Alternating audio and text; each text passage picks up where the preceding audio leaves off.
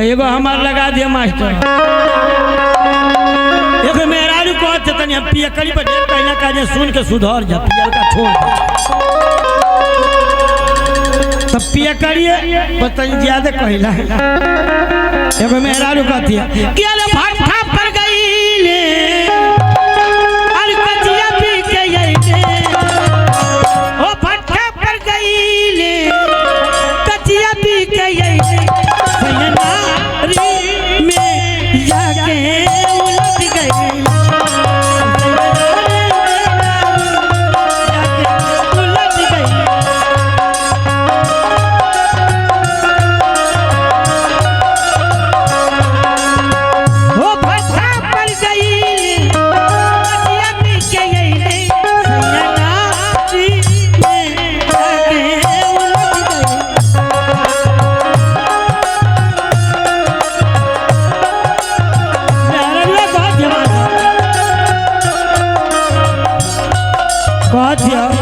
तोहर कचिया पियला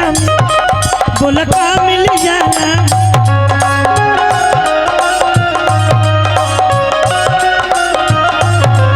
नशा जब चढ़ेला त तू बौराला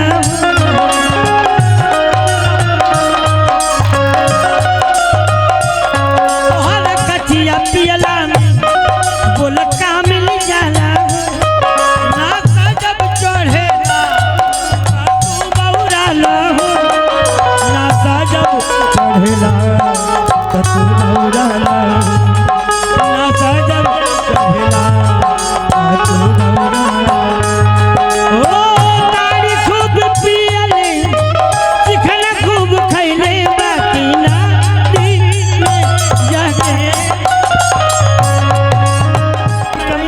गेट आउट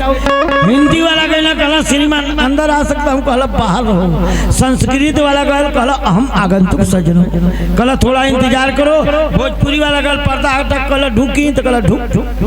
तो हेत्ती मुखी शब्द से काम चल जाला भोजपुरी में कभी के लिखे के पड़ल कि ये समझी बुझिए करा के सड़ जाई उलासानी ये समझी बुझिए करा के यानी भोजपुरी के ये समझी बुझिए करा के सड़ जाई उलासानी इतना मीठ कहा कौन हमारी भोजपुरी भाषा हिंदी हुए ताज माथे का हिंदी हुए ताज माथे का उर्दू करके माला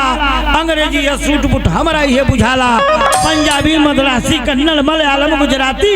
अंगूठी चूड़ी कंगन सबके पूजे थाती अब भोजपुरियन के भाव हवे तुलसी कबीर रविदासानी और इतना मीठ कहा कौन हमारी भोजपुरी कि भौजी चाची आंटी भैली माई भैली मम्मी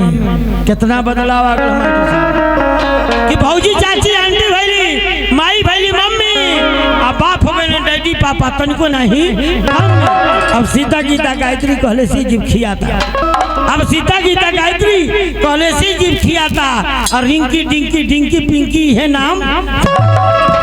मिल्क पाउडर के डब्बा बोतल में भर के टानी बोतल कल का दादा माई कैसे का पहचानी अब माई की छाती के हमने छीने जूस मसम्मी अब बाप हो गए डैडी पापा तनिको नहीं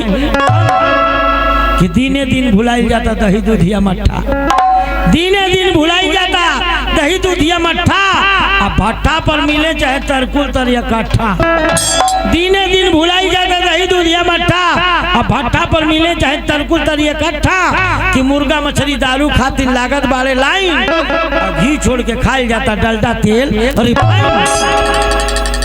मुर्गा मछली दारू खातिर लागत बारे लाइन घी छोड़ के खाया जाता डलडा तेल रिफाइन हेलो हाय में भूल गई राम नाम जय मिया बाप हो गए डैडी पापा तनको नहीं सीडी टीवी देख देख के मती गई बौराई सीडी टीवी देख देख के मती गई बौराई अब रो पोते काली मेहंदी तो बुढ़ियो हियर आ दांत भले मुंह में ने के फेंकता ने गाज अब ब्यूटी पार्लर में करावा में तीसरे रोजे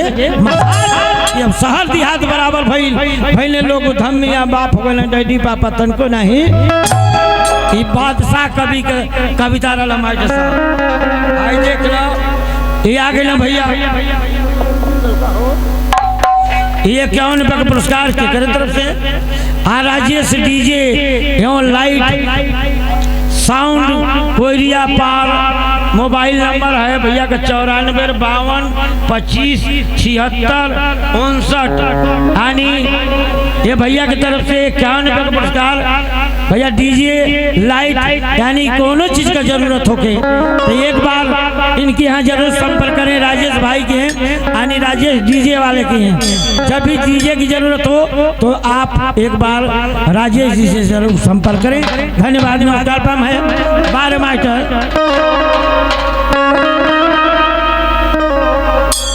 देखा मास्टर साहब, पहले की जमाना से अब की जमाना से कितना बदलाव आ गया। पहले के नवहा जब जागे हैं सवेरे मास्टर बगीचा में जाके अखड़ा खन के लड़े, मेहनत करें, कसरत करें। अब का नवहा जागत हो सवेरे तो शीशा के सामने कहीं बरवा टेढ़ ना हो। हाँ ये मास्टर देश कितना विकास कर रहा है। यही से कहने की सब कुछ बचा कर रहे, यही में भलाई तो सब कुछ बचा कर है, यही में भलाई बा भाई। जब से मोबाइल चले प्यार के पढ़ाई बा, सब कुछ बचा कर है, यही में भलाई बा। जब से मोबाइल चले प्यार के पढ़ाई बा, टाई लगा के जाता हूँ स्कूले, मिस कर मार के बतिया होता पूले पर तक आ जाइए स्कूले। कहला के दिन भइल त रात होइबे करी, कहला के दिन भइल त रात होइबे करी। अपन फोन नंबर दे त बात होइबे करी, हमर जिंदगी रही त मुलाकात होइबे करी। अरे दिन डूबी त दिया बार दियो, तोहर मम्मी ने रही त धीरे से मिस कॉल मार दे। कहता है कि तू आंख मत मारियो, हम आंख मार दे। दिल से प्यार कर ना जाए विदेश से पासपोर्ट में फाड़। तो फूलों का खुशामद काटो ने किया, कोई माली बचाने नहीं है यार। तुम्हें दिल लगा लो, कोई दिल लगाने नहीं है। तुम्हें प्यार कर लो, कोई प्यार करने नहीं है। नवा गोल को हथिया लेकिन हाई लोग क्या करता, हाथे में मोबाइल लेते, हाथे में दस्ती जाता पड़ता वाले की चल जाती बस्ती। कहाँ रखता मर्द को हस्ती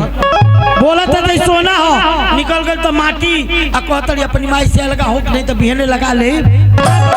दिहात तो दिहात देहतों को कहतरी शहर मेहरारू गोसिया तरी से तो अपनी ससुइये के बनाओ तरी से अपनी मर्दे को तो मेहरारू बना लल बारी मर्दे के खिलावा ना, मर्दे लगाओ तो चूल्ही में लावा ना।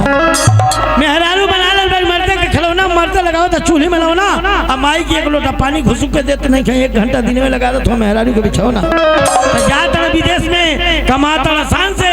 मेहरारू बतिया तो 4 महीने आन से जाता विदेश में कमाता आसान से, मेहरारू बतिया तो 4 महीना से। ससुर भसुर बोलत हो तो देवरे के मरवा देती तो सबने से गाल में से माथ में से शैम्पू से, सबने से गाल में से माथ में से शैम्पू से मुंह बांध के निकाब लगा के घूमत है टेम्पू से कि घर का दाना पानी अब नीचे नहीं खिलागत। होटल में गट गट काटत है बिरयानी, अब मर्दे को मोची का शान खत्म वाला मेहरन में लड़त है प्रधानी। तो मौलद लाचार भले मेहरालू काटे तारी सोना और चांदी एको पार्टी करत के पाठक की बतिया पर अल्लाह को ही मर सुतल तो बतिया ले तारी खटिया।